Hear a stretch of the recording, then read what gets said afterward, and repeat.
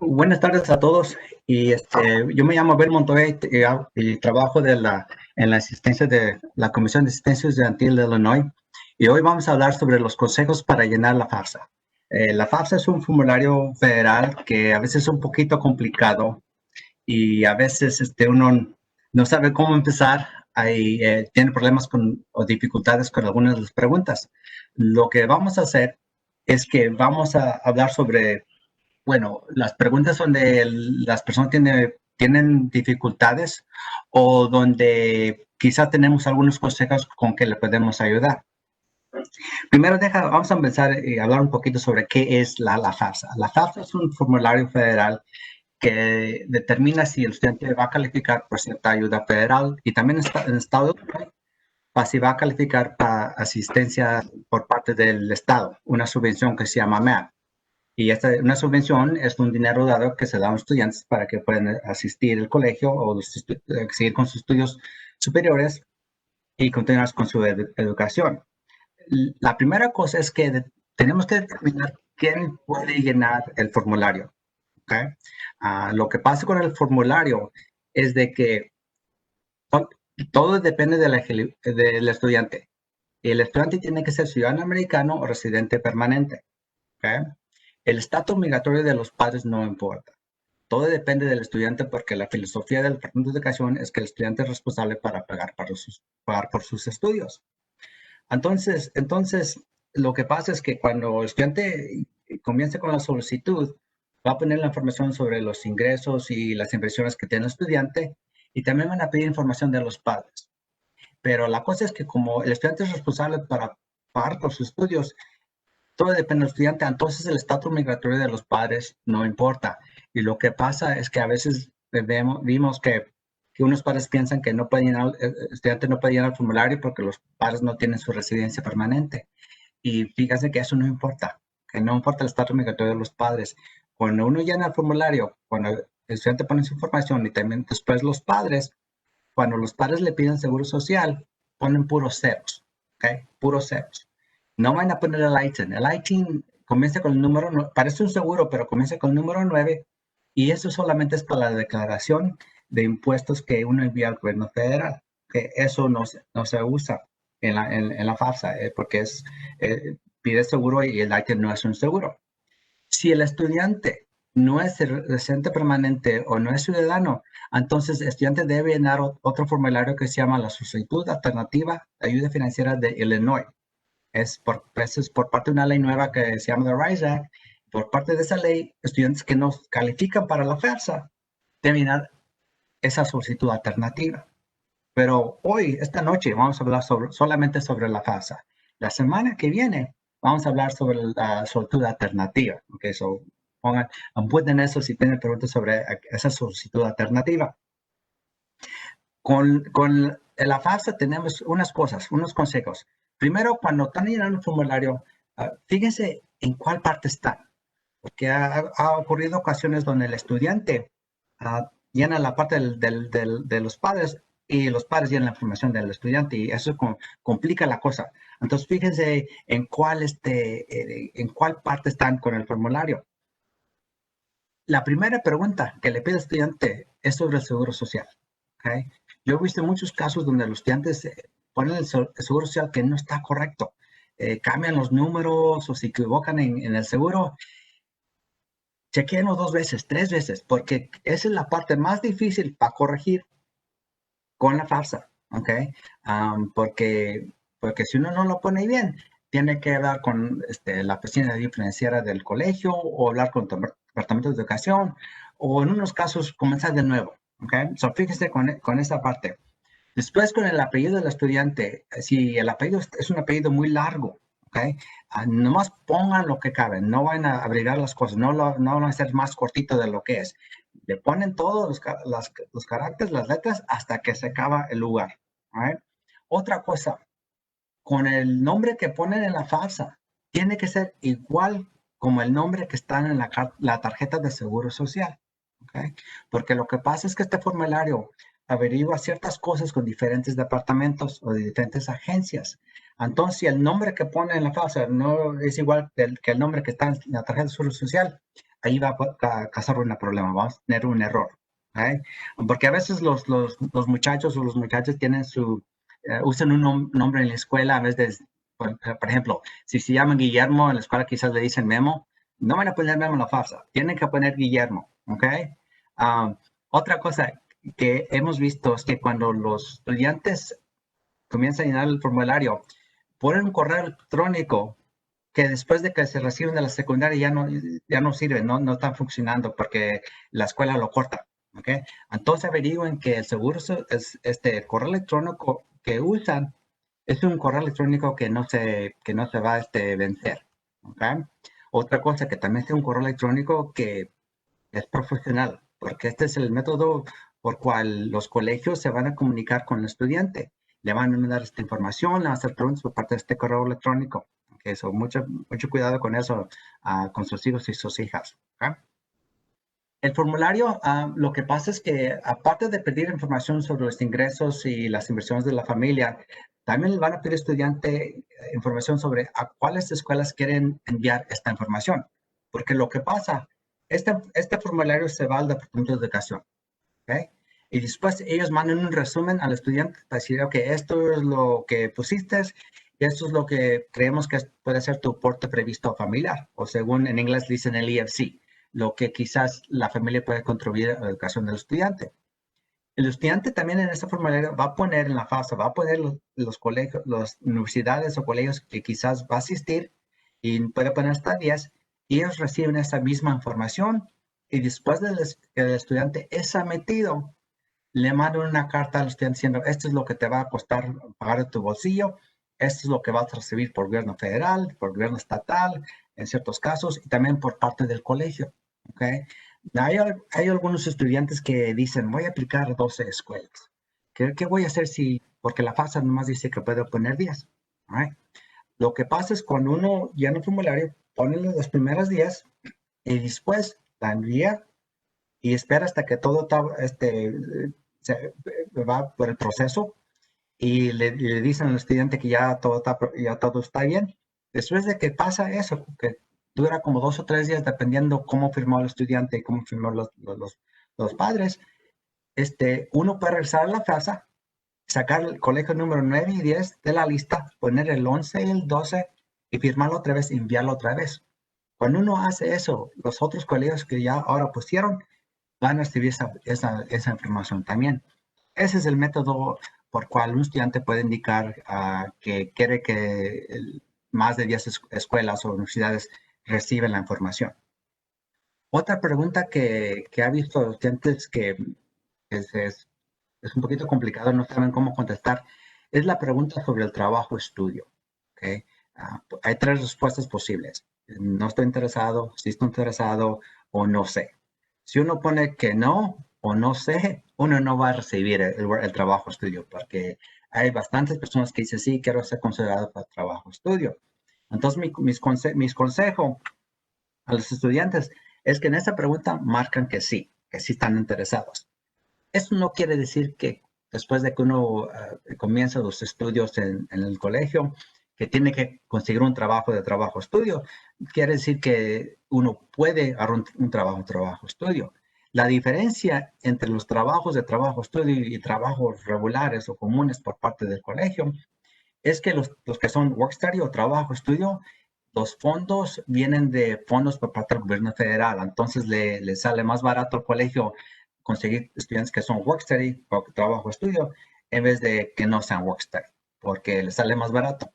Y también otra cosa, cuando uno está llenando el formulario de la FAFSA, hay una pregunta que dice, ok, si llenaste los ingresos y pusiste que trabajaste su trabajo-estudio, ¿cuánto fue lo que ganaste? ¿Okay? Cuando uno pone esta cantidad, entonces fijan en la otra cantidad que uno envió en la declaración de impuestos y le rebajan la cantidad de trabajo estudio para que no cuente en contra del estudiante. ¿Okay? So, ese es otro método por cual uno puede, uno puede trabajar, ganar dinero y no afectarle el aporte previsto de la familia, o sino en el sentido de que cuál es lo que le toca para estudiantes de su bolsillo. Para los muchachos, para los estudiantes que nacieron hombre, un requisito del gobierno federal de Estados Unidos es que todos se tienen que registrar con el servicio selectivo. ¿Ok? Una cosa, esto no quiere decir que se están registrando con el servicio militar. Esa es una cosa diferente. Aquí en los Estados Unidos no hay requisito que todos tienen que participar en el servicio militar. Es un servicio de voluntarios. Pero lo que pasa es que una ley federal dice que todos los hombres de la edad de 18 a 25 se tienen que registrar con el servicio selectivo. Y si no se registran, no van a calificar para ayuda federal, pero esto es solamente para los hombres, no para las mujeres. En la FASA, si uno pone que es mujer, esta pregunta no va a salir, solamente para los que son hombres. Y después va a decir, ok, ¿está registrado con el servicio selectivo? ¿Sí o no? Si el estudiante todavía no tiene 18 años, va a decir, ¿quieres que te registramos para servicio selectivo? Uno debe poner que sí. ¿Okay? Si uno ya tiene 18 años y no está registrado, uno dice, no, no me registré. Y la siguiente pregunta dice, ¿quieres que te registremos nosotros? Ponle que sí. Y con simplemente contestar esa pregunta y ponerle que sí, que te registren, ya no tienes que preocupar de esto. Porque lo que pasa es que si no dices que sí y después cumples los 18 años, no te van a dar la ayuda federal, no te van a dar la ayuda financiera, ¿ok? Porque como les digo, es un requisito federal, ¿ok? Otra cosa, a veces los estudiantes están un poquito confundidos con la pregunta de cuál va a ser tu nivel en el colegio, ¿ok? Para todos los estudiantes que están en la escuela secundaria, de una vez va a poner que nunca asistió al colegio, ¿ok? Aunque quizás están tomando clases de Dual Credit Concurrent Enrollment, quiere decir clases que están asociadas con el colegio comunitario en la área, ¿ok? O quizás por una universidad, pero todavía son estudiantes de la secundaria, ¿ok? Eso se refiere a los estudiantes que ya comenzaron sus estudios superiores y están en un programa oficial, ¿ok? En el sentido que ese programa uno va a sacar una licenciatura, un asociado. A todos los estudiantes que están en la secundaria van a decir que nunca asistí al colegio, es mi primer año. Otra cosa para los papás, aparte del seguro, la otra área donde he visto situaciones donde se confunden un poquito con las preguntas es sobre las inversiones, ¿ok? Las inversiones de la familia. Que lo que pasa con las inversiones de la familia, dicen que, ok, primero dicen qué es lo que tienes en tu cuenta de ahorros, en tu chequera y en efectivo. Uno debe poner lo que tiene, ¿ok? Al momento que uno está llenando la farsa. ¿Eh? A veces los padres dicen, oye, pero voy a sacar dinero para pagar la renta, pagar la letra del carro, tengo unos biles que tengo que pagar, tengo que poner todo. La respuesta es que sí, sí lo tienen que poner, pero no se preocupen, padres, porque lo que pasa con la FAFSA, la fórmula de la FAFSA dicen que para los padres protegen una cierta cantidad de las inversiones o de los ahorros de la familia. Todo depende de la edad del padre mayor y si están solteros o casados. Por ejemplo, si los padres están casados, ¿verdad? Y ponle que el padre mayor tiene 50 años. La cantidad que le protegen es 6,300, que esta es la cantidad este año. Si uno está más joven, es un poquito menos. Si uno está más grande de edad, es un poquito más que protege. Right? Y lo que pasa es cuando uno pone, por ejemplo, ponle que uno tiene $7,000 en el banco, ¿verdad? Y uno tiene 50 años de edad y la protección es 6,300. Entonces lo que hacen es que agarran esos $7,000, le rebajan 6,300 y nomás se fijan en $700, la diferencia entre 7,000 y 6,300. Y de esos $700, solamente se fijan en 12%, quiere decir $84, ¿verdad? Si uno hace la matemática, ¿ok? Entonces, pero no se preocupe, pongan la cantidad que tienen, ¿ok? Y después en la siguiente pregunta están pidiendo de las inversiones, ¿ya? Entonces ya preguntaron sobre el dinero en efectivo, el chequero y los ahorros, ¿verdad? En las inversiones, una cosa que no deben de poner o que no se reporta es la casa donde vive la familia, el domicilio principal. Eso no se reporta, no se reporta el valor de esa casa, ¿ok? Tampoco se reporta el valor de su 401k, de IRA, su pensión. Quiere decir, sus ahorros del trabajo que son para cuando uno ya se va a retirar. Esas cantidades no se reportan porque estos son para los padres, cuando ya están listos para retirarse, el dinero que pueden usar para su retiro. ¿Ok? Pero si los padres tienen una segunda propiedad, ¿ok? Esa segunda propiedad sí se reporta, pero solamente una cierta cantidad. Lo que hace uno es que dice, ok, ¿cuánto es lo que vale? ¿Qué es lo que debo? Y esa diferencia es lo que se reporta. Pero si, por ejemplo, si uno debe más de lo que vale, entonces pone cero, porque bueno, ahí uno debe más, ¿verdad? Pero eso es solamente para las propiedades aparte del domicilio, de la residencia principal. ¿Ok? Padres, si tienen un negocio y es un negocio de la familia, quiere decir que la familia son dueños de más del 50% del negocio. Y si ese negocio tiene 100 trabajadores de tiempo completo o menos, tampoco se reporta ese negocio. ¿Ok? Entonces, no reportan la residencia principal, no reportan el valor de su pensión o su 401k, su IRA, y tampoco reportan el valor de sus negocios si es un negocio de la familia. ¿Ok? Ha visto errores con esa situación en ciertos casos. Otra cosa con los padres, a veces ha visto errores con la declaración de impuestos. Hay unas familias que los padres están casados, están viviendo juntos, y lo que pasa es que cada uno de los padres pone de head of household. ¿Ok? No hagan eso, porque eso va a causar problemas cuando llena la farsa. Porque lo que pasa es cuando uno pone head of household, hay ciertos requisitos para calificar para ser head of household. Esos requisitos son, primero, que no estén casados. Es el primer requisito, ¿ok?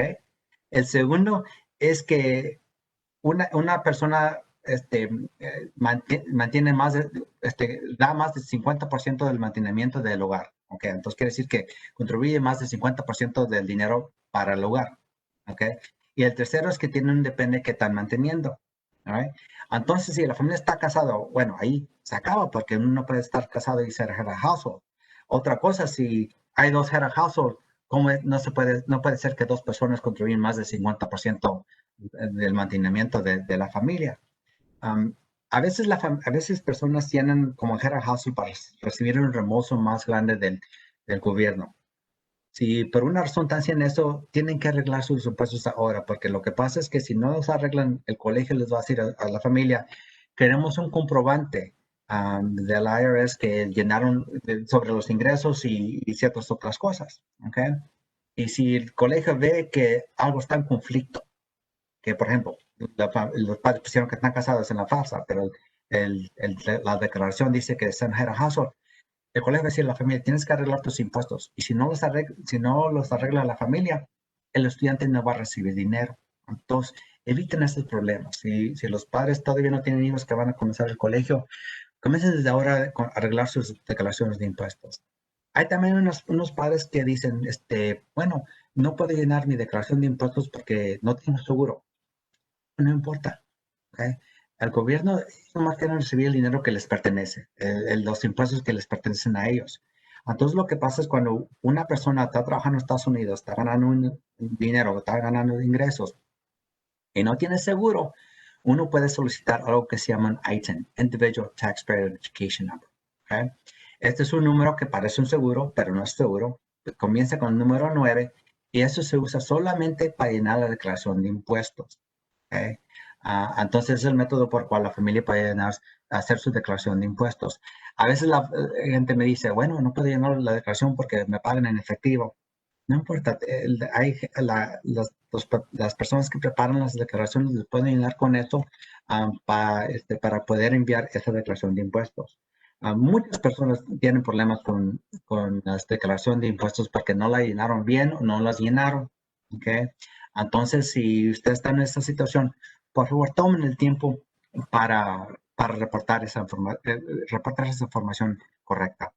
Otra cosa que he visto es que los padres a veces se confunden cuál padre van a poner en la farsa si los padres están separados o están divorciados. ¿Ok? Lo que pasa es esto, cuando los padres se divorciaron o se separaron porque ya se acabó el matrimonio, se reporta la información del padre con quien el estudiante vivió más en los últimos 12 meses. ¿Okay? Es el primer requisito. ¿Con quién vivió más el estudiante en los últimos 12 meses? ¿Okay? Si dicen los padres, bueno, fue igual, 6 meses con uno y 6 meses con el otro. Entonces, dice, ¿quién mantenió al estudiante más en los últimos 12 meses? ¿Okay? A veces los padres me dicen, fue igual, a ver, no vas a creer, igual 50% de la mamá y 50% del papá. Entonces, cuando les digo, ok, entonces es que la persona que ganó más dinero. Y a veces cuando recuerdan, no, pues hay 365 días en el año, ¿verdad? Fíjate que vivió más con esta persona, ¿ok? Y así es como se reporta. Y solamente se reportan los ingresos de los padres, no de los tíos, no de los abuelos, no de los guardianes, solamente de los padres biológicos o adoptivos, y si los padres se divorciaron y se casaron otra vez, el padre y la madrastra o la madre y el padrastro, ¿ok? Eso pues tienen que reportar porque eso es el requisito. Otra cosa, con esta pandemia donde que estamos ahora, ha afectado a muchas familias, en el sentido de que los ingresos bajaron bastante de 2019 a 2020. El estudiante va a llenar el formulario para el año que va a asistir en el colegio. Entonces, por ejemplo, si el estudiante está en el último año de la secundaria ahora, que es un senior high school ahora y se va a recibir en mayo de 2021, ese estudiante va a llenar el formulario de FAFSA para el año 2021-2022. ¿Ok? So 21-22. Y van a pedir ingresos e información de 2019. Y entonces, con la pandemia que pasó este año 2020, si los ingresos cambiaron bastante de este año en comparación al año anterior, uno todavía pone la información, los ingresos de 2019, pero uno se tiene que comunicar con la oficina de ayuda financiera del colegio para explicarles la situación, ¿okay? Para explicarles cómo cambiaron las cosas, para que ellos se den cuenta de eso y quizás tomen eso en cuenta cuando le envían una carta al estudiante indicándole qué es lo que va a recibir del bolsillo. La cosa principal es comunicar con la oficina, siempre estar en contacto y comunicar con la oficina de ayuda financiera si algo cambia, si algo hay dificultades con la familia. A veces es porque alguien perdió trabajo, a veces quizás le dieron menos horas, o a veces alguien en la familia se enferma y la familia va a tener muchos gastos médicos. Y comunican con la oficina de ayuda financiera del colegio para que se enteren de eso y para que ellos les pueden ayudar al estudiante con la situación para que el estudiante pueda asistir a ese colegio. ¿Ok? Les di muchos consejos y estoy hablando mucho. Ashley, por casualidad, ¿no hay preguntas en el Facebook en vivo? I don't see any on there. No. Bueno, ojalá quizás lo ven después cuando está grabado, porque esto lo van a poner en el Facebook. Hagan preguntas. Sabemos que tienen preguntas. Justin, ¿tú no has visto qué tipo de errores has visto que gente que ha hecho con la FAFSA por tu parte? La mayoría de errores es como las que habías platicado sobre los impuestos, cómo es que lo llenan, cabeza de casa cuando están casados, o qué más. Esa es la mayoría de los errores que veo. Y veo una pregunta. Dice Elizabeth Pérez, ¿darán alguna información para el RISE? Sí, la información sobre la RISE Act, que es la ley que tomó efecto este año 2020, va a ser la semana que viene, que el 20 de octubre a las 6:30. Ya dimos una en español, pero eso fue la semana pasada y la grabación está aquí también creo en esta página de Facebook Live.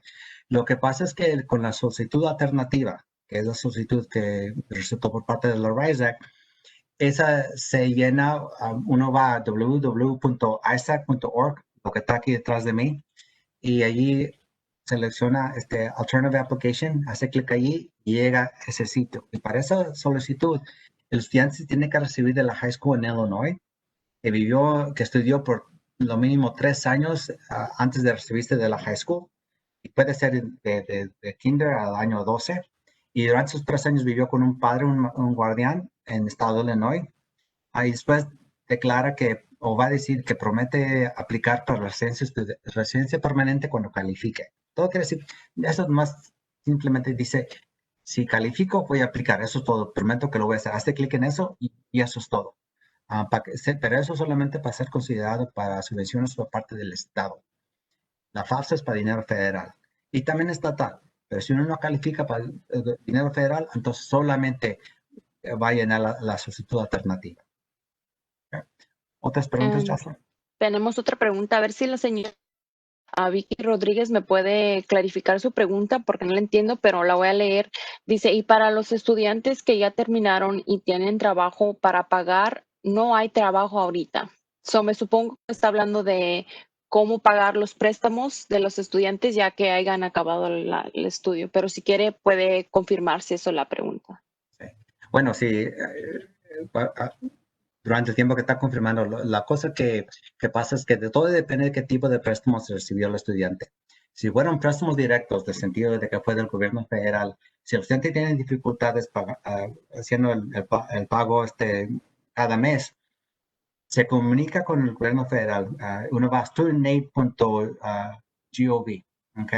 Y lo que pasa es que uno se puede escribir en un programa que se llama Income Firm Repayment Programs. Son programas donde se fijan en los ingresos del estudiante o si no tienen ingresos, también tienen ingresos.